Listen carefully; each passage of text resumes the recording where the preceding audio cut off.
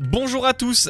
Je vais vous apprendre à faire cette petite armure qui change de couleur sur Minecraft. Je suis sur la dernière snapshot 23W04A. Vous allez voir, ça va être très stylé. Mais tout ça fonctionne grâce à ces commandes blocs qui sont là. Et il y en a pas mal en vrai. Mais ils sont assez simples à comprendre. Je vais vous expliquer. En gros, avec la dernière snapshot, ils ont ajouté des armures comme ça. Voilà, qu'on peut customiser. J'en ai fait un short sur ma chaîne principale si vous voulez voir plus d'infos. Mais j'ai vu qu'ils n'avaient pas vraiment donné la commande pour se donner ces items là. Ce qui est quand même dommage. Donc j'ai réussi à la trouver. Je vous la mets ici et elle sera également dans les commentaires, voilà. Mais vous allez voir qu'en vrai elle est assez simple. Donc d'abord on met un plastron en netherite et ensuite en trim. C'est les rayures que j'ai sur le corps, ça s'appelle des trims. Pour le trim, on dit que comme matériau, on veut utiliser des émeraudes et que le pattern, donc qui est en gros la forme des rayures, on veut que ce soit une pattern en coast. Dans les commentaires avec la commande, il y aura également tous les différents patterns et différents minerais que vous pouvez utiliser pour faire ça. Et une fois que vous avez la commande, vous avez juste à mettre un petit levier comme ça et vous allez avoir, vous voyez, donc là j'ai le plastron en netherite. Mais du coup monsieur Natop, comment tu fais pour que ça clignote? Et bah c'est assez simple, je remplace le début par replace entity, donc slash item replace, qui en gros remplace l'item qu'il y a dans le slot en question. Donc là je dis que le slot en question de l'entité Natop, donc moi, c'est armor chest, qui est en gros la localisation du plastron. Et on dit avec le plastron en netherite qui a du coup tout ça. Évidemment la commande sera en description. Ce qui fait que si j'ai rien sur moi et que j'appuie sur ce levier, ça met directement ce plastron là. Maintenant pour qu'il y ait un truc arc-en-ciel, ce commande bloc là qui contient cette commande, je vais mettre un petit repeater à côté, je vais le remettre lui.